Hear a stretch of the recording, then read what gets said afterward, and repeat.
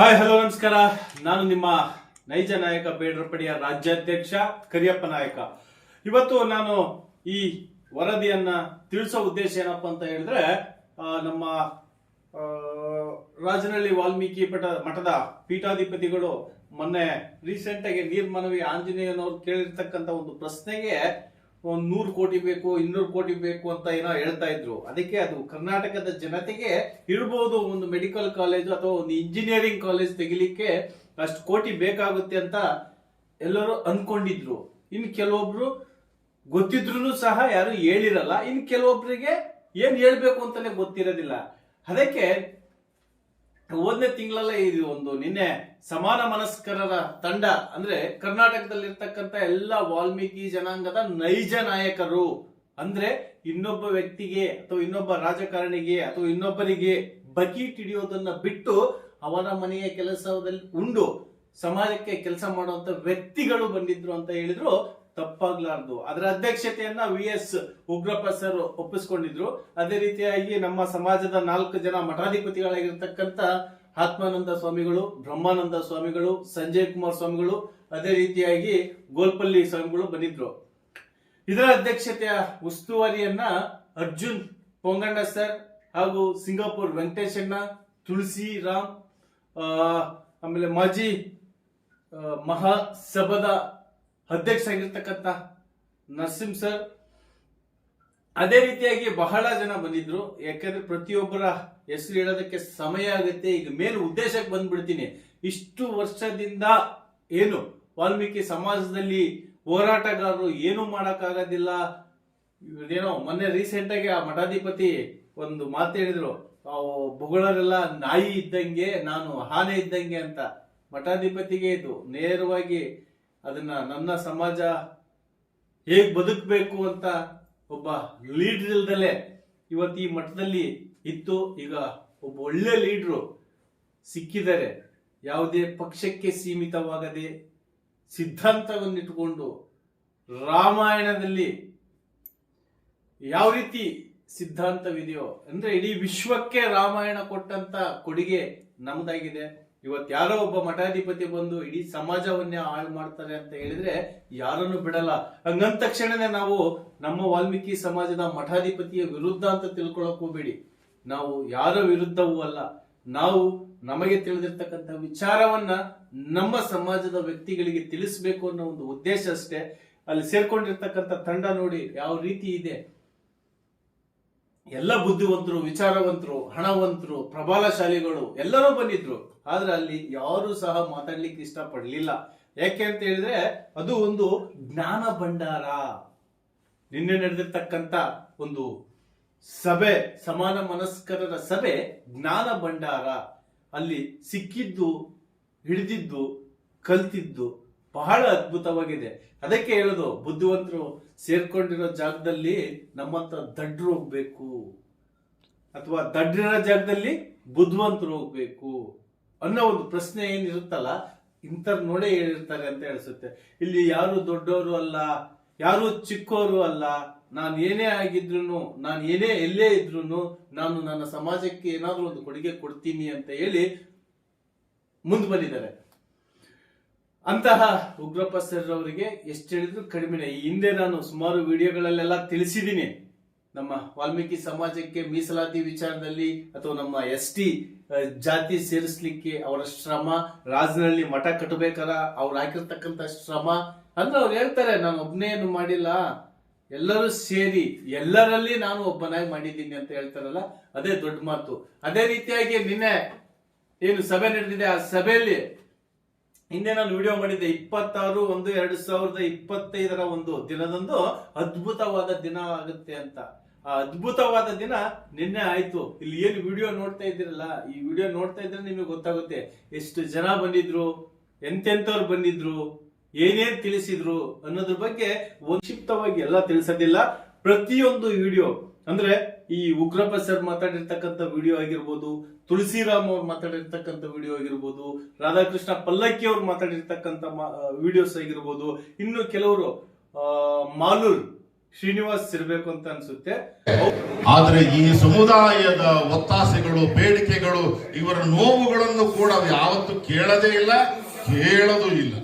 ಅದಕ್ಕೊಂದು ಉಗ್ರ ಸ್ವರೂಪದ ಹೋರಾಟ ಬೇಕಾಗಿತ್ತು. ಇಷ್ಟು ವರ್ಷಗಳ ಕಾಲ ನೆನಗುದಿಗೆ ಬಿದ್ದಂತ ಈ ಹೋರಾಟಕ್ಕೆ ನಾನು ಮುಂದೆ ಬರಬಲ್ಲೆ ಅಂತಕ್ಕಂಥ ಮಾತುಗಳನ್ನ ಉಗ್ರಪ್ಪ ಸಾರ್ ಹೇಳಿದ್ದಾರೆ. ಅದಕ್ಕೆ ನಾವು ದೇವರಾಣೆ ಹೇಳ್ತೀವಿ, ಒತ್ತಿ ಹೇಳ್ತೀನಿ, ಇದು ನಿಮಗೆ ಕೊನೆಯ ಅವಕಾಶ. ಈ ಹೋರಾಟಕ್ಕೆ ದೊಡ್ಡ ಶಕ್ತಿಯನ್ನು ಕೊಟ್ಟಾಗ ಮಾತ್ರ ಸಾಧ್ಯ. ಇಲ್ಲ ಅಂದ್ರೆ ಚಿತ್ರದುರ್ಗದ ಇತಿಹಾಸದಲ್ಲಿ ಎಲ್ಲ ಸಮುದಾಯದ, ಎಲ್ಲ ಧರ್ಮದ ಮಠಗಳಿವೆ, ಆದರೆ ನಾಯಕ ಮಠವೇ ನಿಮಗೆ ರಾಜನಹಳ್ಳಿಗೆ ಹೋಗಿದೆ. ಇದರ ಹಿಂದಿರ್ತಕ್ಕಂಥ ತಂತ್ರ ಕುತಂತ್ರಗಳನ್ನೆಲ್ಲ ಬಿಚ್ಚಿಡಕ್ಕೆ ಬೇಕಾದಷ್ಟು ಸಮಯ ಬೇಕು. ಎಲ್ಲ ಸಮುದಾಯದವರು ಚಿತ್ರದುರ್ಗದಲ್ಲಿ ಮಠ ಇದ್ರೆ ನಾಯಕ ಸಮುದಾಯದ ಮಠ ಯಾಕೆ ರಾಜನಹಳ್ಳಿಗೆ ಹೋಯ್ತು? ಅರ್ಥ ಮಾಡ್ಕೊಳ್ಳಿ, ನಮ್ಮನ್ನ ದೂರ ಇಟ್ಟಿದ್ದಾರೆ ಅವರು. ಯಾಕೆಂದ್ರೆ ಚಿತ್ರದುರ್ಗದ ಎಲ್ಲ ಆಸ್ತಿಗಳೆಲ್ಲವೂ ಕೂಡ ನಾಳೆ ನಾಯಕರು ಪ್ರಶ್ನೆ ಮಾಡಿ ಕೇಳ್ತಾರೆ ಅನ್ನೋ ಕಾರಣಕ್ಕೆ ನಮ್ಮನ್ನ ರಾಜನಹಳ್ಳಿ ತಪ್ಪಿಡುತ್ತೆ ಮೂಲಿಗೆ. ಒಬ್ರು ಮಾತಾಡಿಲ್ಲ. ಆದ್ರೆ ಉಗ್ರಪ್ಪ ಸಾಹೇಬರು ನಿಜವಾಗ್ಲೂ ಹೇಳ್ತೀನಿ, ಇದು ಒಳ್ಳೆ ಪರ್ವಕಾಲ, ಇದನ್ನ ಸದ್ವಿನಿಯೋಗ ಮಾಡ್ಕೊಳ್ಳಿಲ್ಲ ನೀವು ಅಂದ್ರೆ ನಿಮ್ಮನ್ನು ಯಾರೂ ಮೂಸ್ ನೋಡಲ್ಲ. 18 ಶಾಸಕರು ಇವತ್ತು ಹೇಳಿದ್ರು ನಕಲಿ ಹಾವಳಿಗಳು, ಅವ್ರು ಬರಲ್ಲ, ಅವ್ರು ಬರೀ ಮಾತಾಡ್ತಾರೆ, ಇವ್ರು ಮಾಡಿ ತೋರಿಸ್ತಾರೆ. ಮಾತಾಡಕ್ಕೂ ಮಾಡಕ್ಕೂ ಒಂದೇ ಅಕ್ಷರ ವ್ಯತ್ಯಾಸ. ತಾ ಹಾಕ್ಬಿಡಿ, ಮಾತಾಡಕ್ಕೆ ತಾ ತೆಗೆದ್ಬಿಡಿ, ಮಾಡುತ್ತೆ. ಮಾಡೋ ಕಾಯಕದಲ್ಲಿ ಅವ್ರು ಇದ್ದಾರೆ. ಅವ್ರಿಗೆ ಬೆಂಬಲವಾಗಿ ನಾವು ತನು ಮನದನ ಎಲ್ಲವನ್ನೂ ಅರ್ಪಣೆ ಮಾಡಿದಾಗ ಮಾತ್ರ ಮಠಪತಿ ಗಣಪತಿ ಆಗ್ತಾರೆ. ಇಲ್ಲ ದೇವರಾಣೆಗೂ ನೀವು ಉದ್ಧಾರ ಆಗಲಿ.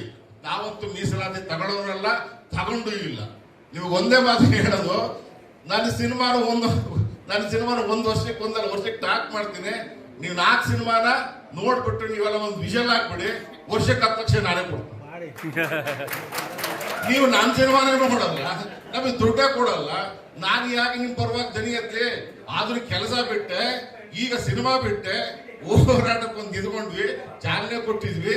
ಆಯ್ತಾ, ಹೋರಾಟ ತೀವ್ರ ಸ್ವರೂಪವನ್ನ ಪಡೆದಿದೆ. ಮಠಾಧೀಶರಿಗೆ ನಾನು ಮನವಿ ಮಾಡ್ಕೊಳ್ಳೋದು ಇಷ್ಟೇ, ಸರ್ ನೀವು ಯಾರು ಡ್ರಾಮಾ ಮಾಡಬೇಡಿ ಸರ್, ಧೈರ್ಯವಾಗಿ ಮಾತಾಡಿ ಸರ್, ನಾವಿದೀವಿ ಸರ್, ದಯಮಾಡಿ. ನಿಮಗೆ ದೈವ ಶಕ್ತಿ ಇದೆ, ನಮಗೆ ಗುರುಬಲ ಇಲ್ಲ, ಒಪ್ಕೋತೇನೆ. ಈಗ ಗುರುಗಳಾಗಿ ನೀವು ಕುತ್ಕೊಂಡಿದ್ದೀರಿ, ಆದ್ರೆ ಹೆದರಬೇಡಿ ಸರ್, ನಾವು ಹೋಗಿದ್ದೀವಿ. ನೀವು 2 ಕಡೆ ಬ್ಯಾಲೆನ್ಸ್ ಮಾಡಕ್ ಹೋಗ್ಬೇಡಿ ಸರ್. ಒಂದೇ ಕಡೆ ಉಗ್ರಪ್ಪ ಸರ್ ಇದ್ದಾರೆ, ನಾವು ಹೋರಾಟಕ್ಕೆ ಹೊರಟಿದ್ವಿ. ಅದಕ್ಕೋಸ್ಕರ ತಾವೆಲ್ಲರೂ ಕೂಡ ನೀವು ದೊಡ್ಡ ಶಕ್ತಿಯಾಗಿ ನಿಂತ್ಕೊಂಡಾಗ ಮಾತ್ರ ಈ ಹೋರಾಟ ತೀವ್ರ ಸ್ವರೂಪವನ್ನು ಪಡೆದು ನಿಮ್ಮೆಲ್ಲರಿಗೆ ಏನೇನು ಸಿಗಬೇಕೋ ಅದನ್ನ ಮಾಡಿಕೊಡ್ತಾರೆ ಖಂಡಿತ. ನಾನು ಸಮಯವನ್ನು ತಗೊಂಡೇ ಕಾಣುತ್ತೆ ಜಾಸ್ತಿ. ಅಲ್ಲಿ ನಿಮ್ಮ ಪಕ್ಕದಲ್ಲಿ ನಿಂತ್ಕೊಂಡು ನೋಡಿದ್ರೆ ನಮ್ಗೆ